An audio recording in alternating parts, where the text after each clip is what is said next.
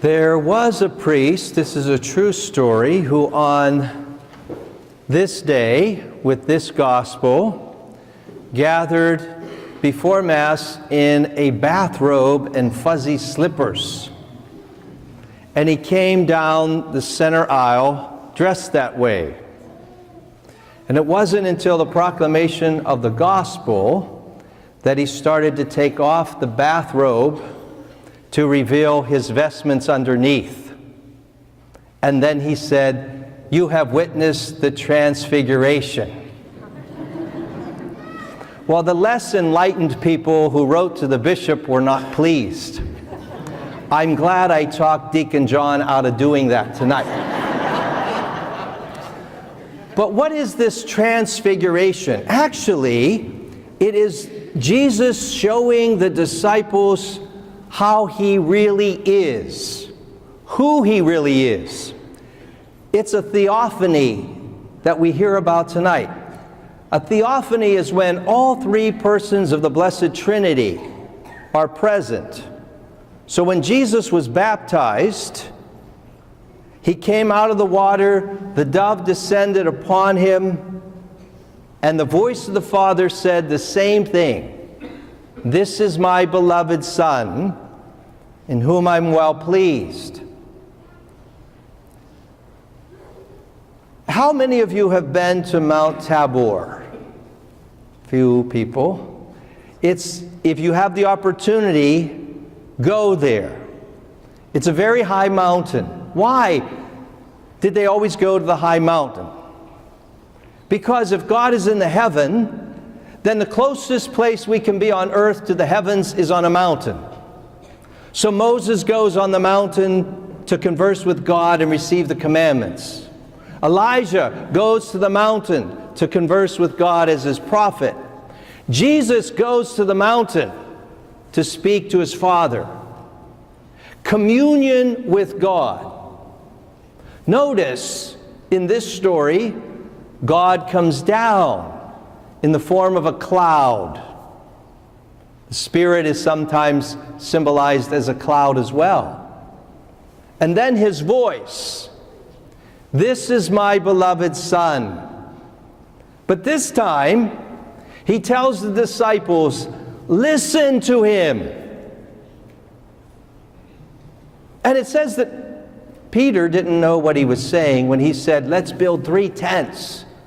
One for you, one for Moses, one for Elijah." Because the Israelites built tents to honor God. A gathering place to worship and become one with God was their tent. But Jesus is the Son of God. He's beyond Moses and Elijah. He's the fulfillment of everything that they prepared the people for. And the disciples didn't quite get it. So it was good that they didn't talk about this afterward, because they wouldn't know what they were talking about. It takes time for us to come to understand God's will in our lives. And that's okay. It's a process. Like these wonderful people in our midst who have been on this journey. But we're all on the journey. And we have to persevere on that journey. If you go up to Mount Tabor, it's a very arduous climb. Nowadays, there is a snaky road that makes its way up to the mountain. When I was there the very first time, the only way to go up there, the bus could only go so far. Then you had to get out and you had to get into these little taxi cabs. And the taxi cabs at that time, they were driven by people with headbands. They were Arabs. Now, we were a little frightened. We weren't sure. We were really frightened when they tried to kill us driving up and down the mountain. And they were having a grand old time. But it's a very, very steep and dangerous way to get up there and down. But when you get on top, there's an old monastery that is no longer a monastery. The monks are gone. And there's an old ruined building that speaks of a time when there were monks there. But they added on to where the monks lived, and now people do live there. People who are longing to be transformed. People who are suffering from addictions of all kinds. And they live there in a very intense program. Very intense. Everything is taken away from them. And when we went up there to visit more recently, part of the way they serve and recover is by providing meals for pilgrims. And they bake the food, and then they serve us a table. And it's a part of their therapy, part of their transformation. To be transfigured into what? In the person that God intended them to be. To overcome those obstacles that prevent them from being fully alive. Now, we are all dying. We all have some obstacle in our life that prevents us from being fully alive. And it's not just cancer or some disease. It's the moral sickness that plagues us.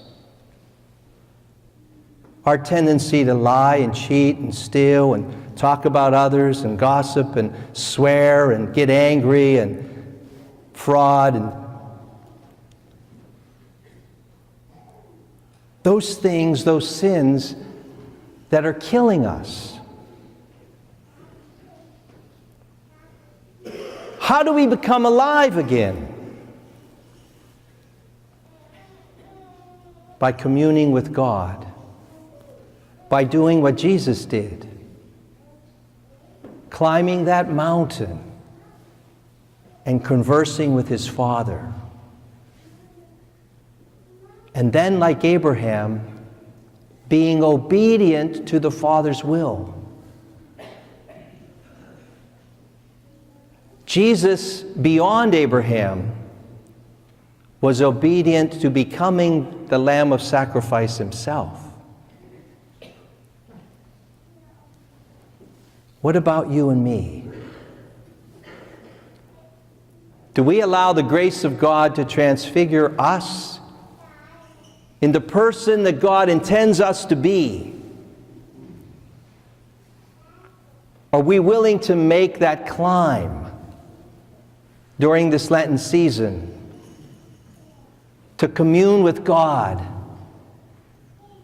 to ask his help, to leave sin behind, and to see more clearly that person that's hidden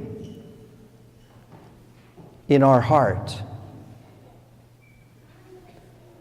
If only it was as easy as taking off a bathrobe and revealing a beautiful vestment.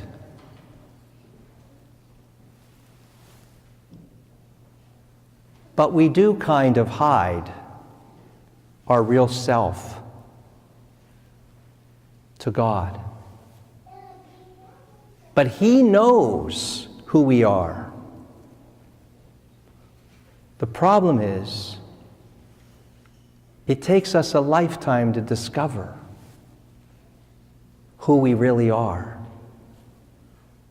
Beloved sons and daughters of God.